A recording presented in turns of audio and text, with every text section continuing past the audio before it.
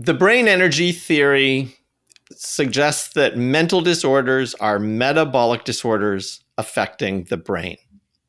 What I am arguing is that when people's brains are malfunctioning and resulting in symptoms of chronic depression or anxiety or bipolar symptoms or psychotic symptoms, that the reason for that, the foundational reason for the brain to malfunction in those ways, is metabolic in nature.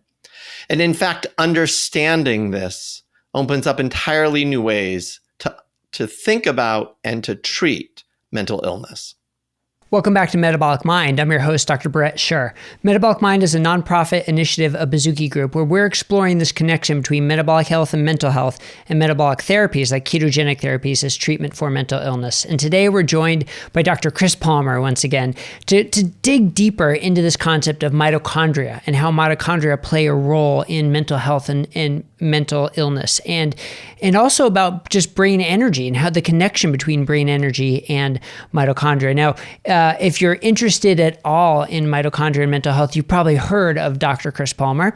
But he's the director of the Department of Postgraduate and Continuing Education at McLean Hospital and assistant professor of psychiatry at Harvard Medical School. And he's a Harvard psychiatrist and researcher working at the interface of metabolism and mental health. And he published his book, Brain Energy. And since then, as you'll hear us discuss, has been just a whirlwind of speaking engagements and podcasts because of the interest in this. You could call it a new theory, or really sort of a compilation of evidence and research that's been out there into this theory of brain energy, with mitochondria being at the core of that. And you can find more about Dr. Palmer at brainenergy.com. You can sign up for his newsletter, which is really educational. And on Twitter, he's at Chris Palmer MD on Twitter. But before we get into the interview, please remember this channel is for informational purposes only. We're not providing group or individual medical or healthcare advice or establishing a provider-patient relationship. A lot of the things we talk about, whether it refers to medications or nutritional ketosis or their lifestyle interventions, can be potentially harmful and dangerous if not done without clinical supervision. So please do not take any of this as advice to do on your own, and please use this as information to bring to your clinical team to discuss if it's appropriate for you. Now, with that, let's get on with this really insightful and enjoyable interview with Dr. Chris Palmer. So, Chris, thank you so much for joining me again here at Metabolic Mind. And wow, what a year it's been. Not even a year. In November of 22, you published Brain Energy, and it seems like every week I see you somewhere else, whether it's the Huberman podcast or whether it's Tim Ferriss podcast or giving talks at different conferences. There's been such a whirlwind seeming like surrounding this book. So first, how are you doing? How are you doing with all this? Honestly, it's a little overwhelming at times. It's flattering and humbling. It's inspiring. So, I'm actually really thrilled and delighted that so many people are understanding what I was hoping to convey. And I think people who had no idea that metabolic health and mental health could be related are now opening their eyes. And I think, the most heartwarming thing is that I am literally hearing from thousands of people around the world who are transforming their mental health using metabolic treatment strategies. I'll also say that the heartbreaking thing for me as a clinician is that I'm also hearing from thousands of people begging for help. They've read the book, they've seen me on a podcast, they understand the theory, but they don't know exactly what to do for their loved ones or for themselves, or they're running into problems with medications or adjusting medications, or how to do the diet, or how to get their ketones higher, or other complications, how to get better sleep. And they're asking for help. And right now we don't have enough clinicians to treat these people. And for me as a clinician, knowing that help is available, that there are solutions for these people, it's frustrating and heartbreaking. Yeah, I can see that. I mean, you've inspired so many people to dig deeper and take charge of their own health, but you're one person. So, how many of those people can you actually help? So we need more people. So let me ask you about sort of the clinician response. I mean, it's clear what your message in the brain energy proposal, hypothesis, description, that it's really resonated with people. But what about with clinicians? How have you seen, their response or their pushback or their acceptance? It's been a mixed bag. So many clinicians have not read the book. They don't really understand the theory. They just hear the soundbite, mental disorders or metabolic disorders, and they dismiss it out of hand. There's no way that could be true. If that was true, I would have been taught that in medical school. It would be front page news in the New York Times and the Wall Street Journal. And given that it's not, it must not be true.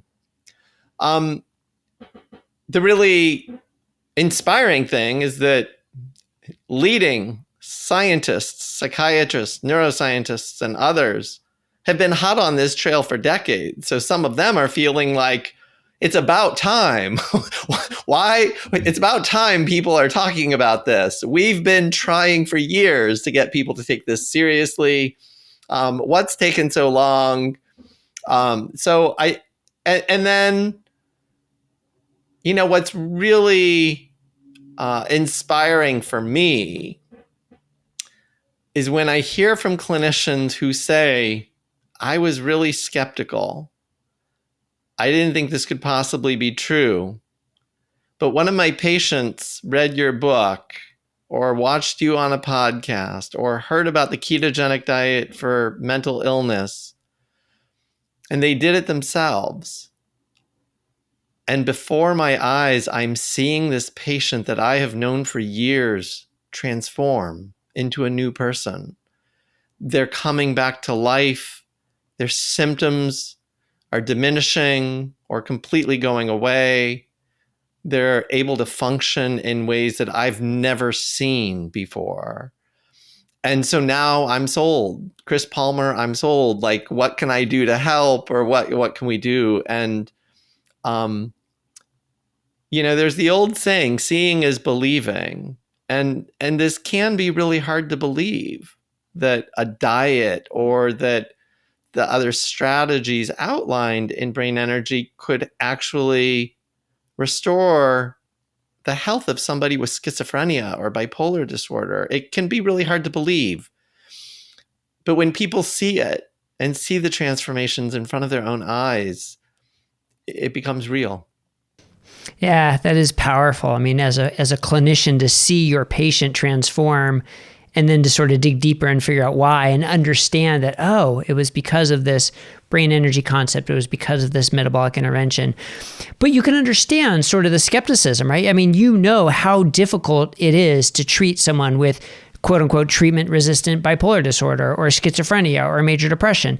It is really challenging. And I think that sort of hole in terms of how psychiatry treats people is what is, on the one hand, ready for a revolution, if you want to use that word, with a metabolic treatment, but also sort of resistant to it because it's sort of like nothing works. So, I mean, if you were going to give advice to the skeptical psychiatrist who said, we weren't taught this, these patients are just too difficult to treat, what is the one thing you can tell them to say this is worth trying?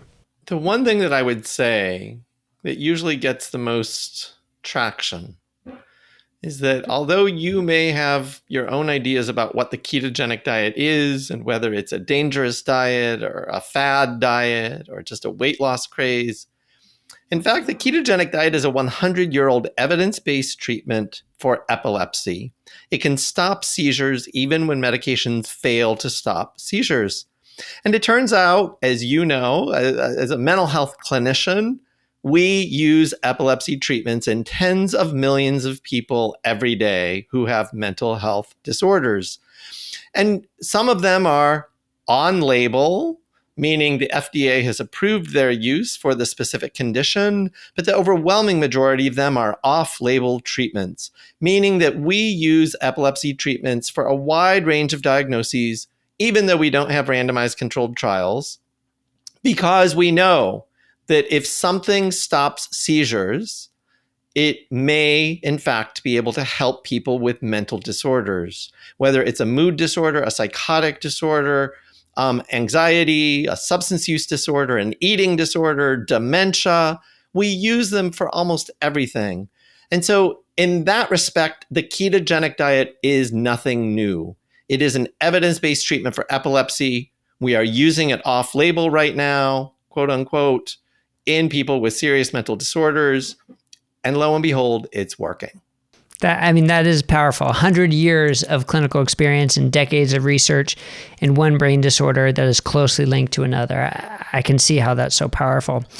But now if we talk about brain energy, it almost depends on sort of how deep you want to go to understand it, because at its core, it's about the way the brain produces energy and a dysfunction in that energy production. But going even deeper, you get to these little bits called the mitochondria, and that's where the energy is coming from. And we recently had an interview with Dr. Martin Picard, who is a preeminent mitochondrial researcher. But I think one place that some people get lost is going from brain energy to mitochondria, because you can't see mitochondria, you can't feel mitochondria, you can't, people don't necessarily have a good grasp of what mitochondria are or how to impact them.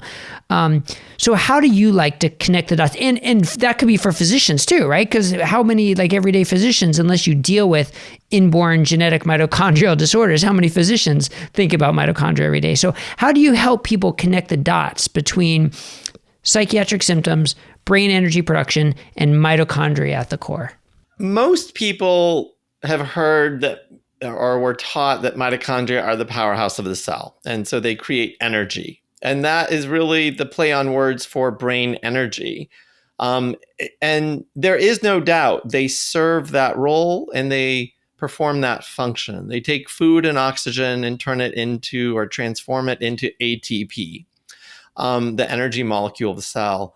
But in fact, research over the last 20 years has completely shattered that simplistic definition of mitochondria. And that is critically important to the brain energy theory. It's not simply energy. Mitochondria play a role in directing and allocating resources for cells.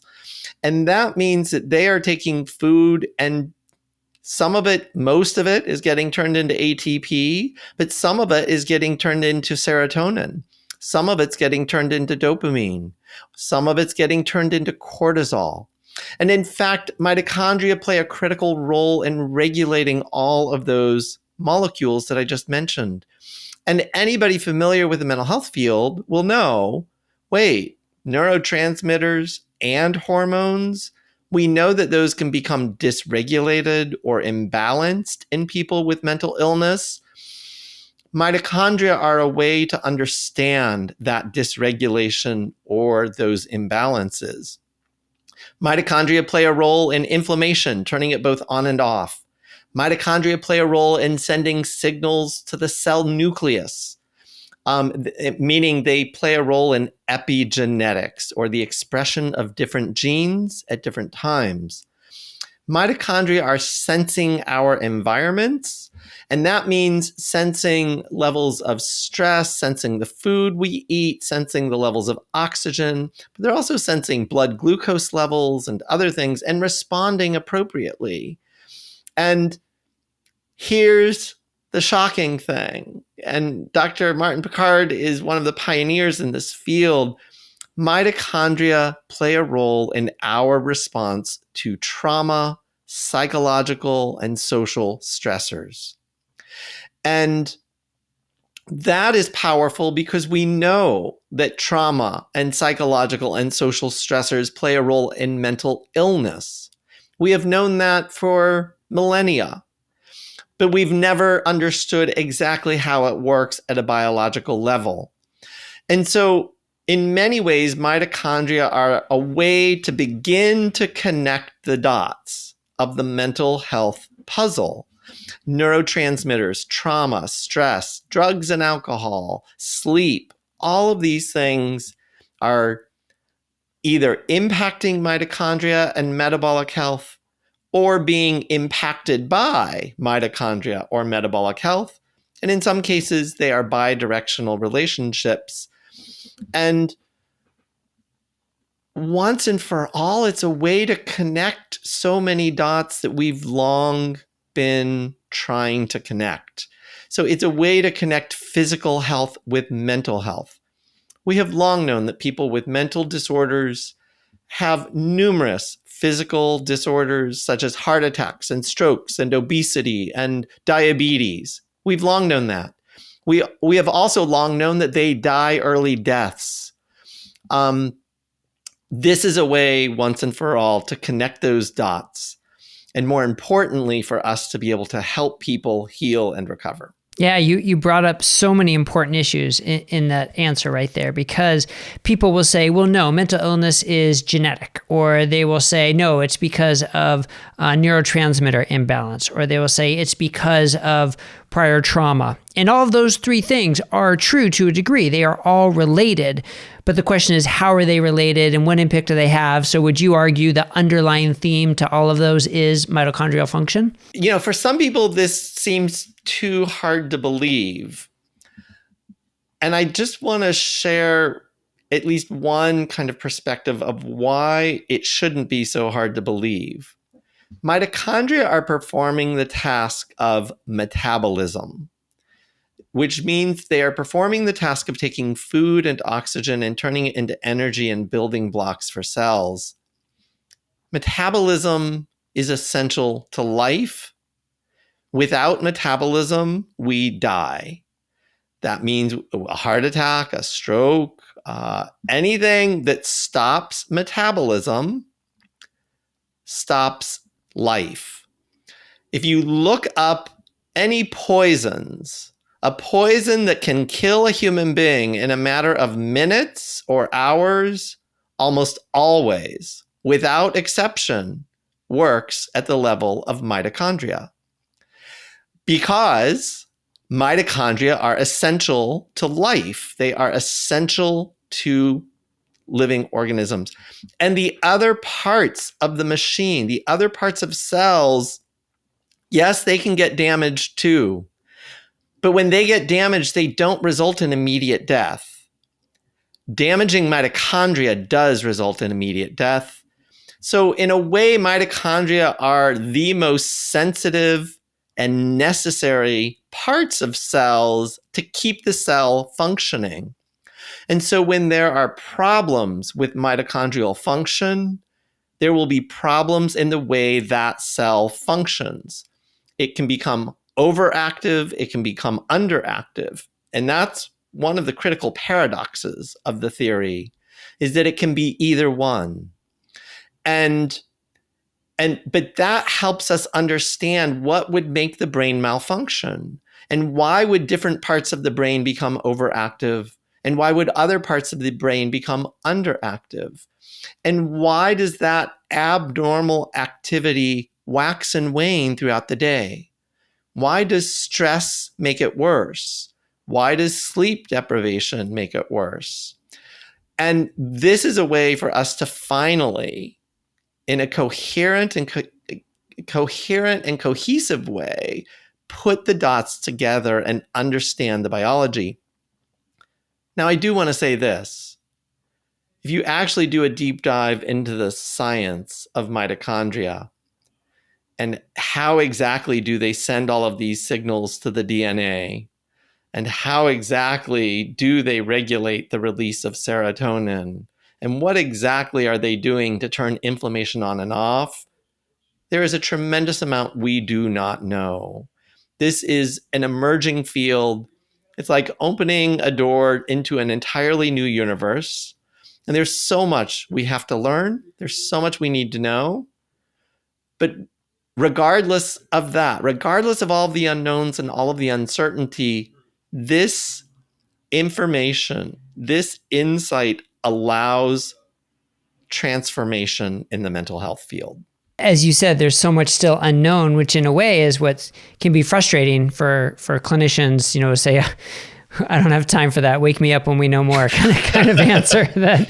Yeah. Because clinicians are busy, let's face it. But all right, so let's transition to a second then about what we can do to help our mitochondria. And there, if you research that, there's a laundry list of things that you find on the internet, from omega-3 fatty acids to methylene blue to infrared light therapy, to glutathione, and they're all to ozone therapy, right? You can find something that says this one thing is beneficial for your mitochondria. Now we'll talk about sort of the more comprehensive lifestyle measures in a second, but how do you respond, or what are your recommendations when it comes to some of those sort of specific interventions that are recommended and have been studied to a degree? They have. So at the end of the day, all of the things that you just mentioned, yes, there is some research to suggest they may improve mitochondrial health. But at the end of the day, unfortunately, solving metabolic or mitochondrial problems is usually not as simple as taking a supplement or applying red light to your scalp, or getting sunlight in the morning. Those can be a part of a comprehensive treatment plan. And I think for some people, they can be a game changer even. But I would venture to guess for the majority of people, they will not change the game without the common sense lifestyle strategies.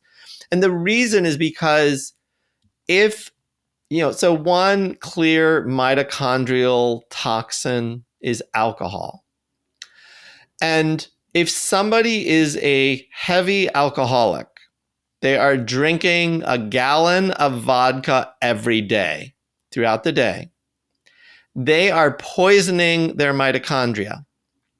If that person then takes methylene blue to save his mitochondria, it doesn't stand a chance against a gallon of vodka a day.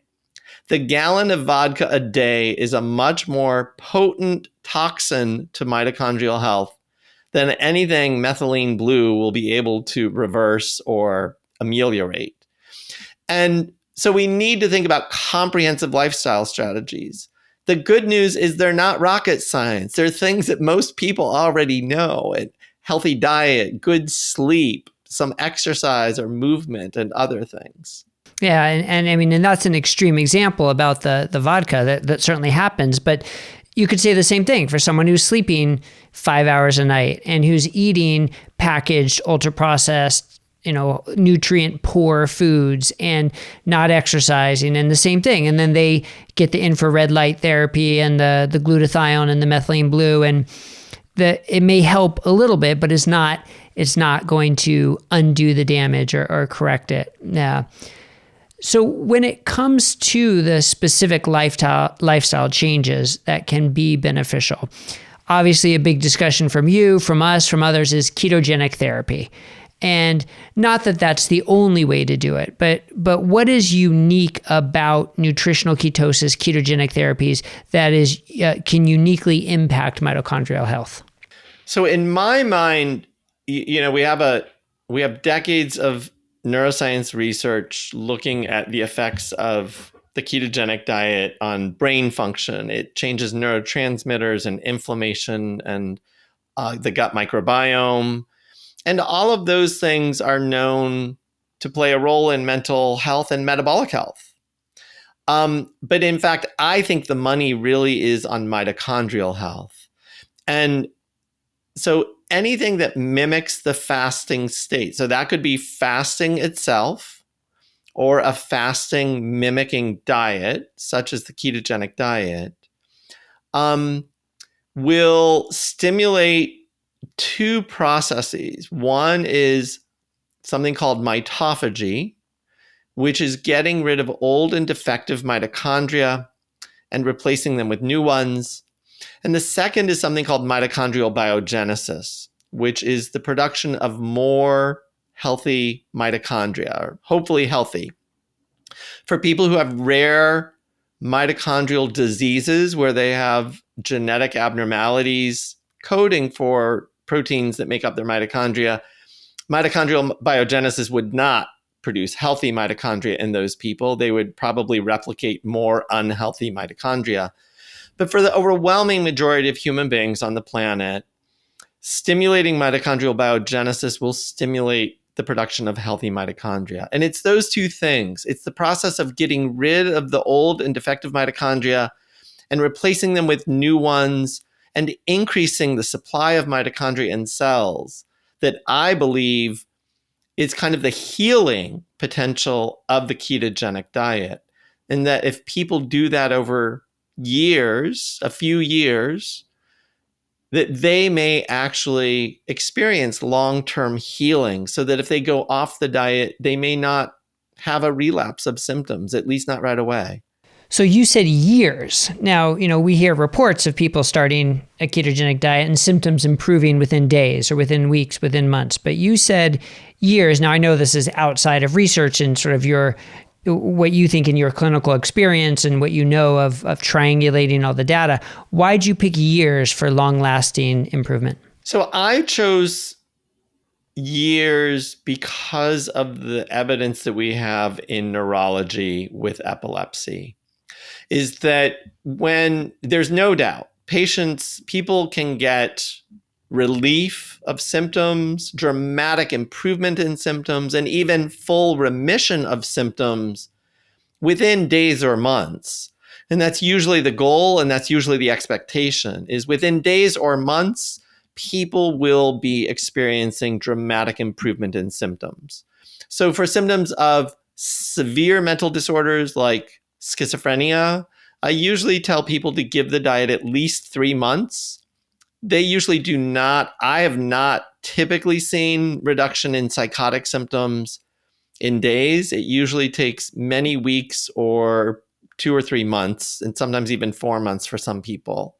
So I encourage people to be patient and longer. But the reason I chose years for the long-term healing is because epilepsy patients, if they have a complete remission of epilepsy, meaning seizures completely stop and they are seizure-free on the ketogenic diet, the standard recommendation right now is that those patients should remain on the ketogenic diet for anywhere from 2 to 5 years.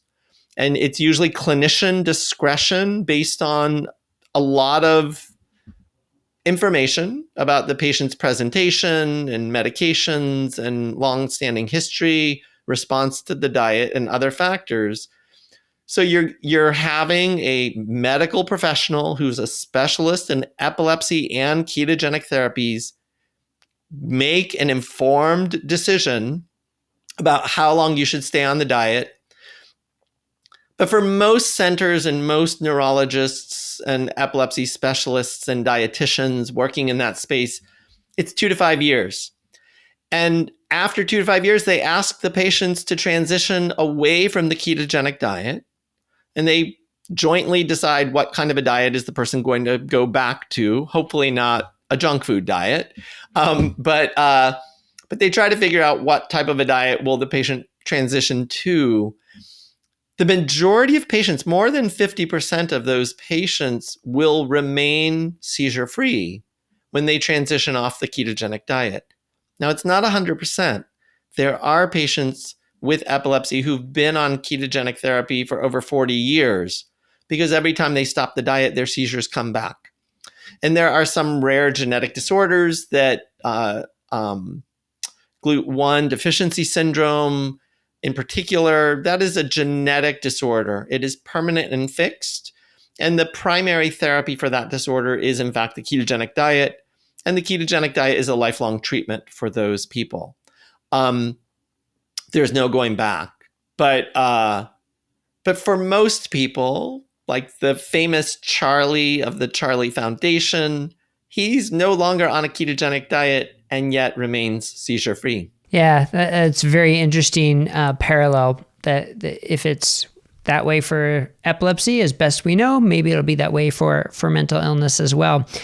But I also want to go back to what you said, that you tell people to be patient and stay on it for at least 4 months. And I think that's important because the things that grab the attention in social media is the person who, had decades of psychosis resolve within 2 days of a ketogenic diet. So everybody thinks it's going to be 2 days and I'm going to be completely healed. But I think it's really important for you for all of us to emphasize that yes, that does happen, but that's on one end of the bell curve. And the other end of the bell curve is that it could take months for symptoms to resolve, which would go to the point of mitochondrial healing. Mitochondria aren't going to just heal overnight, and that they'll take time.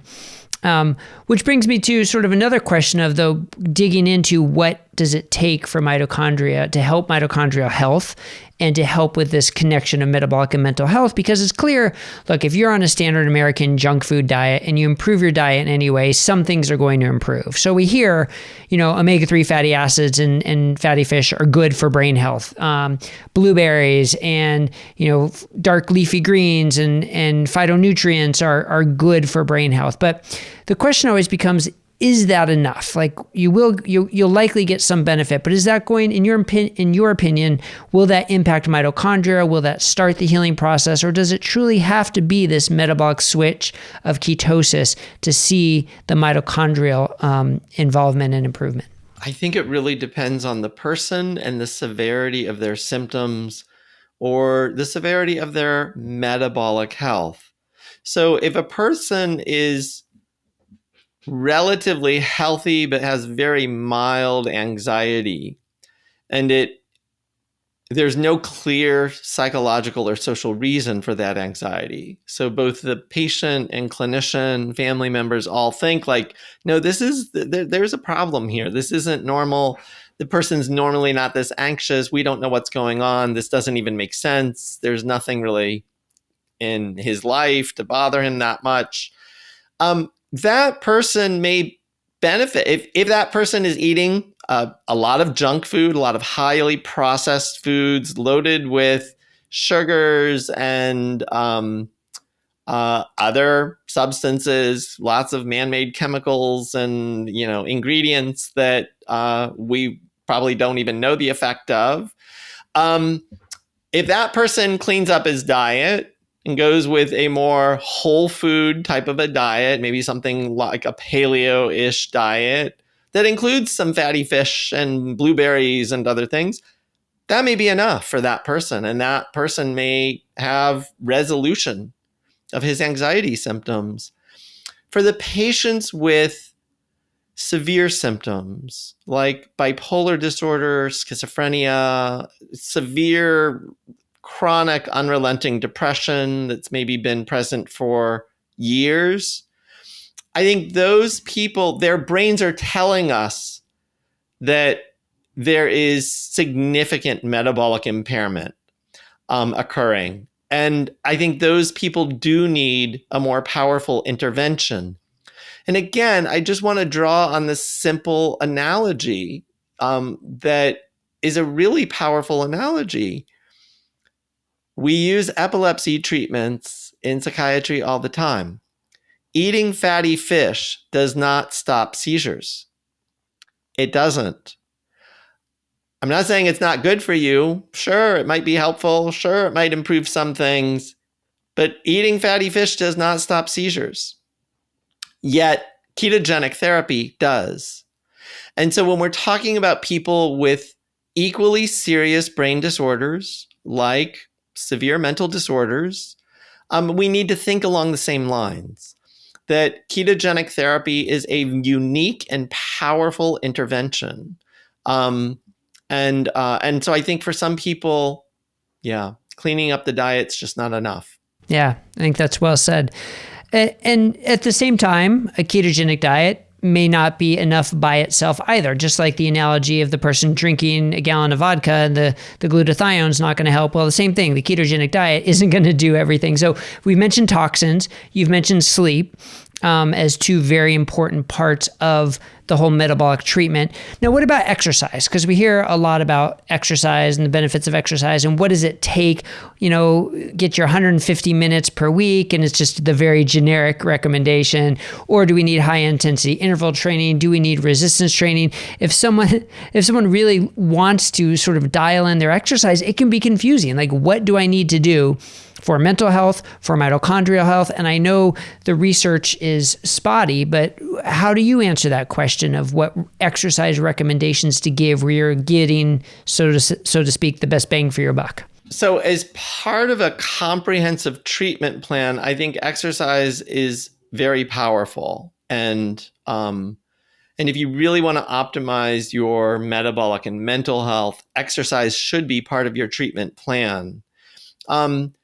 I think the two types of exercise that we have the most evidence for are exercise that builds muscle.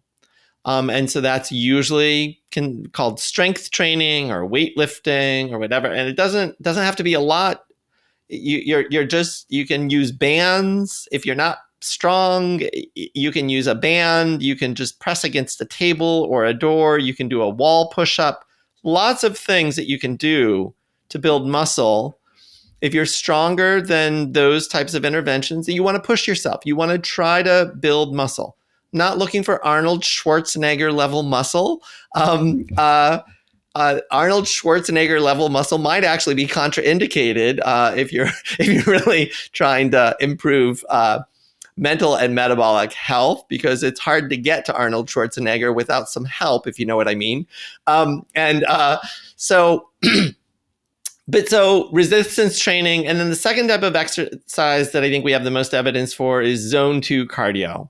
And so zone 2 cardio would be 30 to 60 minutes, maybe even a little longer. If it's a weekend, if you're going to be a weekend warrior, go for a run, go for a bike ride, something else. But you're not necessarily sprinting. You're not necessarily doing high intensity intervals. You're going at a pace where you can kind of sort of talk. If you need to, you're breathing a little bit heavier, but not out of breath. And that type of exercise is really working your mitochondria. Your mitochondria in your muscles are keeping your muscles going. They are keeping your legs moving. They are keeping your arms swinging.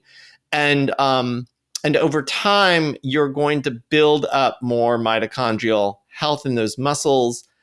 And shockingly, the mitochondria in your muscles are then sending signals, endocrine signals, neuropeptides, and other things that reach the brain and that impact brain health. Now, the one thing that I do want to say about exercise is exercise on its own is likely not enough of an intervention. And there are some caveats to exercise that I just want people to know about. They can actually interfere with the ability of exercise to help you improve your metabolic or mitochondrial health. So we have an abundance of data that exercise alone does not typically help people lose weight. So if you don't change their diet and just have them exercise, that in and of itself typically does not result in any kind of meaningful weight loss or let alone sustained weight loss. Same is true for type 2 diabetes, that exercising on its own without any dietary intervention or sleep intervention or anything else usually does not improve type 2 diabetes all that much on its own. The caveat is that, we have one really well done study of middle-aged adults who were asked to exercise, and half of them were given metformin, and the other half were given a placebo pill. The patients who got metformin actually did not experience the same benefits in mitochondrial adaptations and metabolic adaptations or metabolic health improvements. They did not get the same benefits when they were taking metformin. And that implies that metformin is somehow interfering with mitochondrial biogenesis or mitophagy if taken consistently. And so There are many other medications that interfere with mitochondrial function. Many, I would say, actually, psychiatric medications. Some of them can enhance mitochondrial function, but others impair mitochondrial function. And so it's important to think through, what medications am I taking? We brought up alcohol, but I'm going to include smoking cigarettes and marijuana use.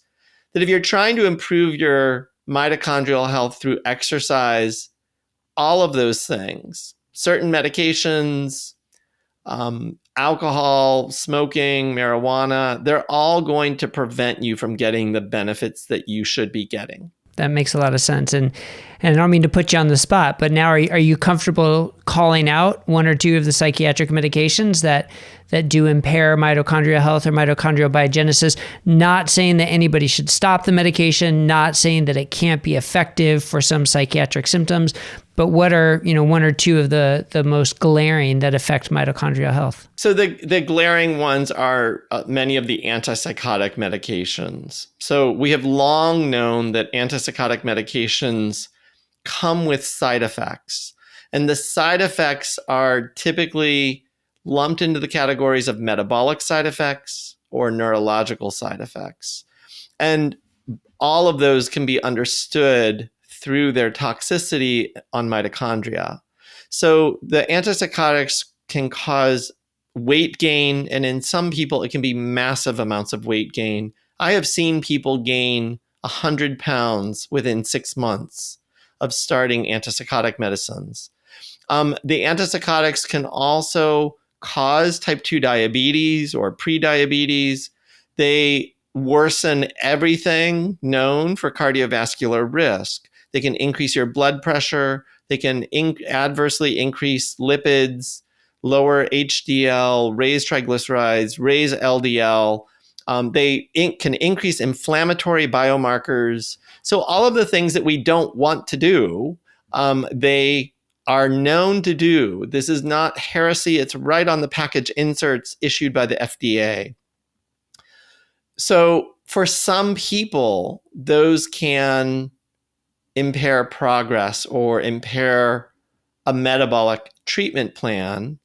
But as you said, and I just have to reiterate, stopping those medications can be very difficult and very dangerous, and it needs to be done safely. And obviously, you can probably tell by what I just said that I am a fan of helping people get off those medications in a safe manner. So I'm not here to try to say, just keep taking those medicines for the rest of your life and be a good patient and don't try to get better. I'm not saying that. But I am saying that if you take matters into your own hands and stop those medications on your own, I have seen people end up arrested. I have seen people hospitalized involuntarily, and some people have died because they stopped their medications on their own.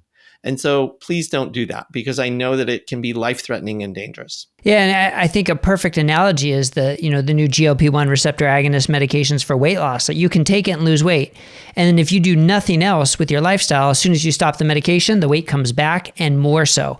So same with the antipsychotics. If you just stop them without putting other lifestyle interventions or just other interventions in general in place to help you wean off it and do it under the guidance of clinical supervision, the symptoms can come back and even worse. So similar analogy, and have to be very, very careful with that, as you said. So thank you for the way you phrased that. Now to wrap things up here, I mean, I can't remember if this is in one of our interviews or just one of the many discussions we had. It was clear your goal with Brain Energy was to educate the individual about this connection between metabolic and mental health, the brain energy concept, and what they can do about it. And by all measures, you have absolutely succeeded, whether it's by the popularity of your book, the number of talks you've been asked to give, and the number of podcasts you've been on, the number of emails and lives you've touched. And that is going to keep going. I know that's not going to stop, but what's next? What do you think is the next step for you, or the next step for this whole sort of metabolic mental health movement that you want to see happen? In my mind, I think the next step is we need to keep spreading the word. I want to spread the word to clinicians and researchers. I want more clinicians and more researchers to open their eyes to this science, to take it seriously, even if they're not going to begin implementing the treatments or doing research studies yet, that's fine. Change happens over time, and just awareness of new information is the start of change. And so I want more and more clinicians, more and more people, more families, more patients to become aware that there's a different way out there. There's a different way to think about mental illness and to understand what might be happening in the brain and how to treat it. Obviously, I'm really excited about the clinical trials that are already going on, that you at Metabolic Mind and the Bazooki Brain Research Fund are supporting through philanthropic support. I'm very excited about all of that. And I think that really, all of that research holds so much potential to transform our field and open even more eyes and get even more credibility for this work. But the other thing that I'm really hopeful for, right now, mental illness is still to this day, highly stigmatized. It is underfunded. Treatment for mental disorders, grossly underfunded. I can't tell you how many people I know just looking for a traditional psychotherapist or psychiatrist to prescribe medication. It can be next to impossible to find somebody who's taking new patients, let alone who's good. And, children in emergency rooms are being warehoused in emergency rooms, even though they are suicidal or psychotic, because they don't have any beds in psychiatric adolescent treatment units. We have countless mentally ill people being warehoused in prisons, homeless shelters, on the street. And so there is tremendous injustice in my mind in the way that we treat people with mental illness. And I actually think that this new way of understanding mental illness, number one, lets us know these are real physical disorders. And yes, psychological and social factors play a role in that, but that doesn't make them any less physical. And that means that they deserve medically necessary treatment. And that this new way of understanding it opens up so many pathways, many that we've talked about, dietary interventions, but even some of the supplements that you were talking about, methylene blue, could that play a role for some people in some situations? Red light therapy, could that play a role for some? Yeah, they probably could. But we need clinicians and researchers exploring these options, coming up with treatment algorithms. How can we get the most people better the fastest? Because I actually believe we can start to manage the prison problem that we have and the homeless problem that we have by actually effectively treating these people. If we can fully restore their brain health, they won't be in prison anymore. They won't be homeless anymore. They will be tax-paying citizens living good lives. And that's what we all want. And the whole system benefits from that. Very well said. Well, thank you for those words. Thank you for all the work you're doing in the advocacy, and you're certainly racking up your frequent flyer miles with all the conferences you're going to, and we appreciate it. And so we look forward to hearing more from you here at Metabolic Mind in the future. Thanks again. Thank you, Brett, for all you're doing.